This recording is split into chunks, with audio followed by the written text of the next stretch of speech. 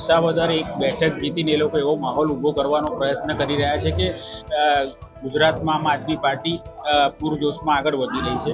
તો વિસાવદર સાથે કડી વિધાનસભાની પણ ચૂંટણી હતી. કડી વિધાનસભામાં કોંગ્રેસ પક્ષને 60,000 મત મળ્યા છે, આમ આદમી પાર્ટીને 3,000 મત મળ્યા છે, એની ડિપોઝિટ પણ ગઈ છે.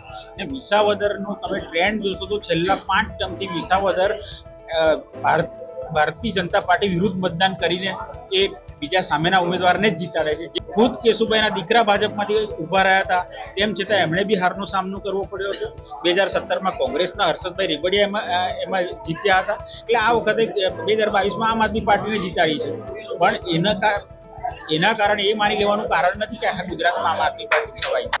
ગુજરાતમાં અત્યારે રાજનીતિ પૂરજોશમાં હેપનિંગ મોડમાં હોય એવું લાગી રહ્યું છે. રોજ જે નવી ખબર છે એ રાજનીતિને લગતી સામે આવી રહી છે. ક્યારેક કોઈ નેતા ગુજરાતના પ્રવાસ પર આવી રહ્યા છે, તો ક્યારેક એવી ટિપ્પણીઓ કરવામાં આવી રહી છે જેના કારણે પાર્ટી અને નેતાઓ બંને ચર્ચાનો વિષય બનતા હોય. ત્યારે તુષાર ચૌધરી અત્યારે ચર્ચામાં આવ્યા છે. સોશિયલ મીડિયા પર તેમની એક ક્લિપ છે એ ખૂબ જ વાયરલ થઈ રહી છે. તેમનું નિવેદન છે એ ખૂબ જ વાયરલ થઈ રહ્યું છે. એ નિવેદન તેમને આપ્યું છે અરવિંદ કેજરીવાલ અને વિસાવદરના ધારાસભ્યો ઉપર, જે અત્યારે સોશિયલ મીડિયા પર વાયરલ થઈ રહ્યું છે. સુરતની મુલાકાતે વિધાનસભાના વિપક્ષના નેતા તુષાર ચૌધરી હતા. ત્યાં તેમણે કાર્યકરો સાથે મુલાકાત કરી અને કઈ રીતે પાર્ટીને, કોંગ્રેસ પાર્ટીને વધારે મજબૂત કરવી તે અંગે ખાસ ચર્ચા વિચારણા કરવામાં આવી. અને ત્યારબાદ જ્યારે મીડિયાને સંબોધન કરવામાં આવ્યું ત્યારે તેમને પ્રતિક્રિયા આપી છે ખાસ કેજરીવાલ ઉપર, અને શું ટીકા કરતા શું કહ્યું છે આવો સાંભળીએ. વિસાવદર એક બેઠક જીતીને એ લોકો એવો માહોલ ઊભો કરવાનો પ્રયત્ન કરી રહ્યા છે કે ગુજરાતમાં આમ આદમી પાર્ટી પૂરજોશમાં આગળ વધી રહી છે. તો વિસાવદર સાથે કડી વિધાનસભાની પણ ચૂંટણી હતી. કડી વિધાનસભામાં કોંગ્રેસ પક્ષને 60,000 મત મળ્યા છે, આમ આદમી પાર્ટીને 3,000 મત મળ્યા છે, એની ડિપોઝિટ પણ ગઈ છે.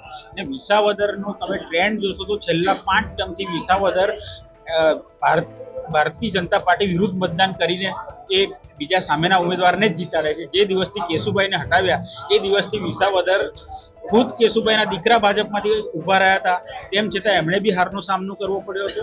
2017માં કોંગ્રેસના હર્ષદભાઈ રેબડિયા એમાં જીત્યા હતા. એટલે આ વખતે 2022માં આમ આદમી પાર્ટીને જીતાડી છે.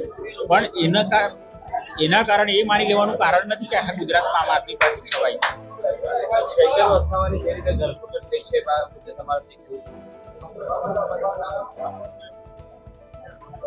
એ જે ધરપકડ એ સામે કેસ કરનાર પણ આદિવાસી જ છે.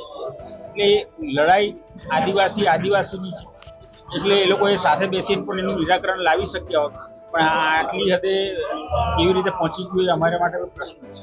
મહત્વનું છે, જ્યારથી ગોપાલ ઇટાલિયા વિસાવદરના ધારાસભ્ય બન્યા છે ત્યારથી જ આમ આદમી પાર્ટી ફૂલ ફોર્મમાં જોવા મળી રહી છે અને હંમેશા લાઇમલાઇટમાં પણ રહી છે. રોજે નવા કાર્યક્રમો આમ આદમી પાર્ટી તરફથી પણ કરવામાં આવી રહ્યા છે.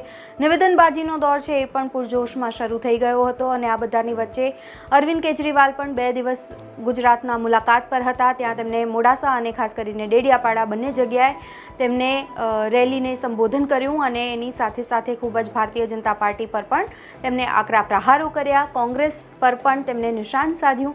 ત્યારે 2027ની તૈયારીઓ અત્યારથી જ ગુજરાતમાં શરૂ થઈ ગઈ હોય એવું અત્યારે લાગી રહ્યું છે.